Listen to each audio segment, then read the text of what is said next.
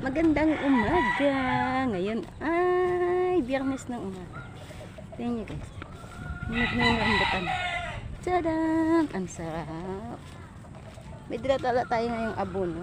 Mag-aabono tayo ng mga kalabasa. Umulang kahapon yung iba na tumba. Abonan natin yung mga kalabasa kasi malaki na siya. Pangalawang lagay na namin ito ng abono. Eto guys. Ayan na ang ating mga kalabasa. Doon sa gitna ang lalaki na. Tusukan lang natin ng ganyan. At mas maglalagay tayo dito. Powder na abono. Bilog-bilog ba? Pa tayo nagbibilog-bilog.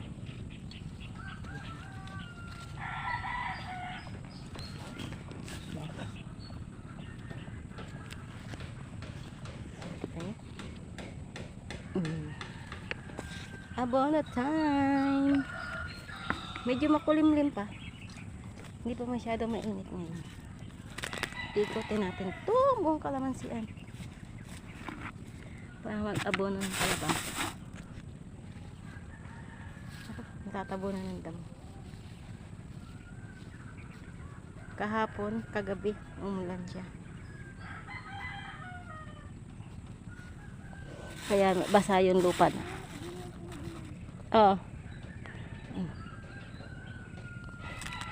Para tuluyan na silang lumaki.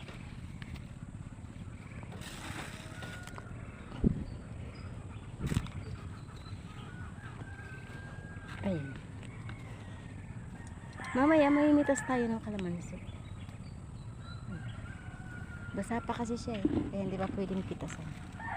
Naingitin kasi yung kalamansi kapag pinitas mo ng basa na ulan. Patutuyuin lang natin yung mga bunga ng kalamansi. Kailangan tuyo sila.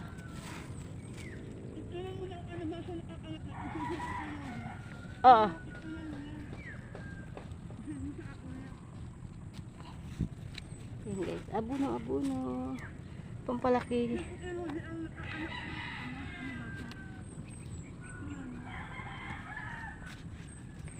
Medyo may mga maliliit pa dito. Maliliit. Hindi kasi sabay-sabay yung iba. Yung iba nahuli.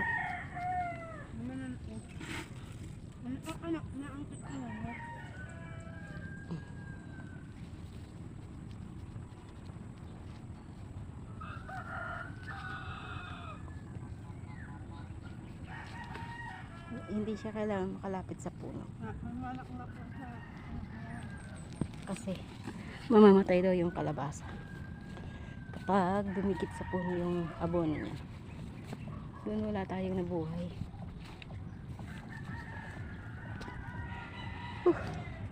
Naramdam ko na yung init guys. Pag natuyo na yung kalamansi, mintas naman tayo ng kalamansi.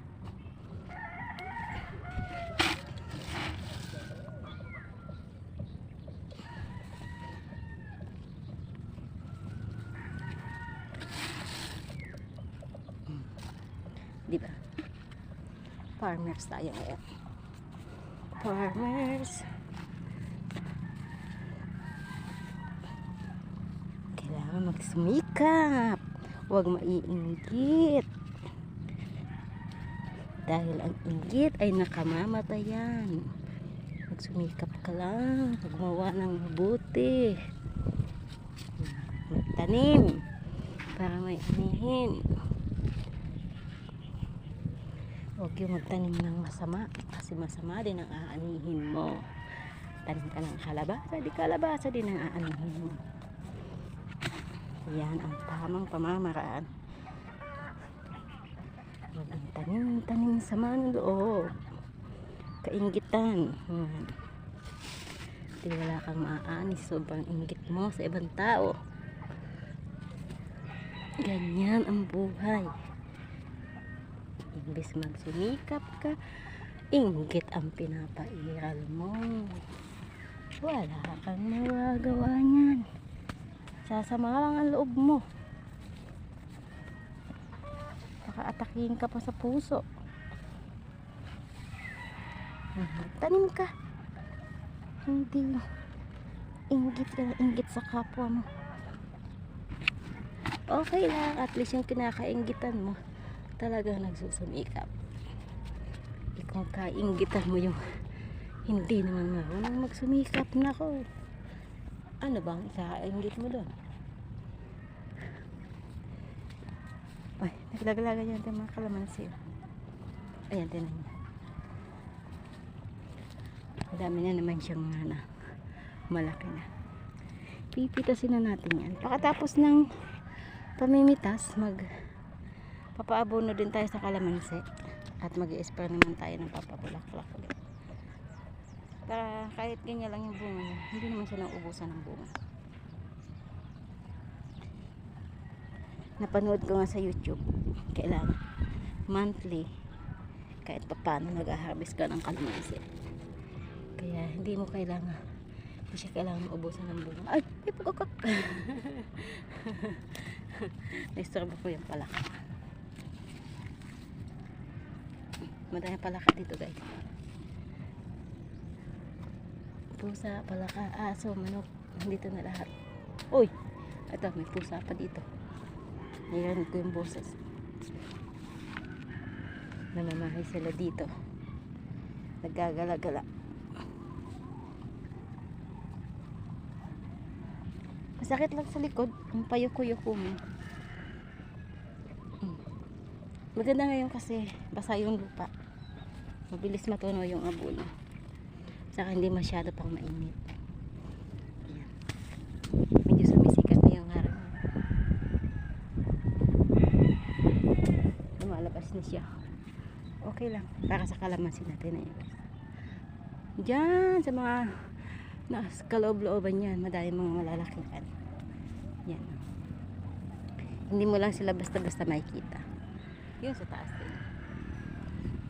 Namin ang pahinog na ulit. Ayan sa baba. Ay, ayun pa, may kukak pa. Ito guys, oh. Laki diba? Ay, laki na.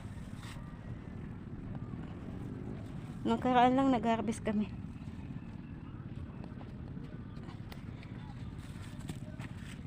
Pero meron na naman siyang kailangan harvestin. Kaya harvestin na natin.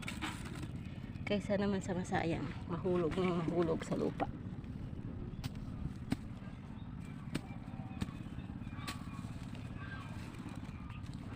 Ganito lang ang pag-aabon, guys.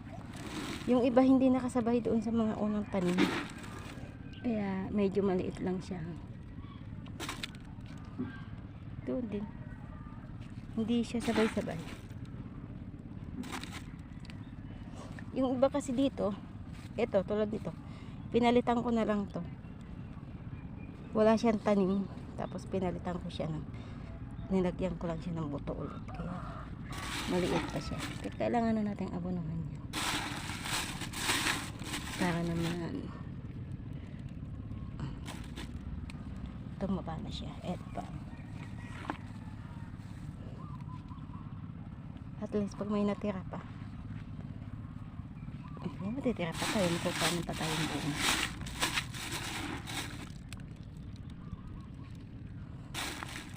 Patatabain natin yan. Kaya lagyan natin ng medyo marami-raming buong.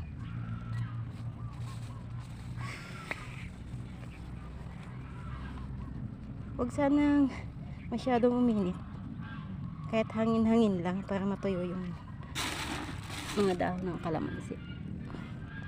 Para makapamitas tayo mamaya. Dito walang nabunga. Walang nabuhay. Ginadapaan mo guys. Ayoko may nakita ko mga ganitong gumagapag sa kalamansi. Kaya tinatangkal ko agad yan. Mga balagon. Nakakasagabal din sa paglaki nila. Ayan. Ayan. Dami sa taas. Dahil malalaking buo.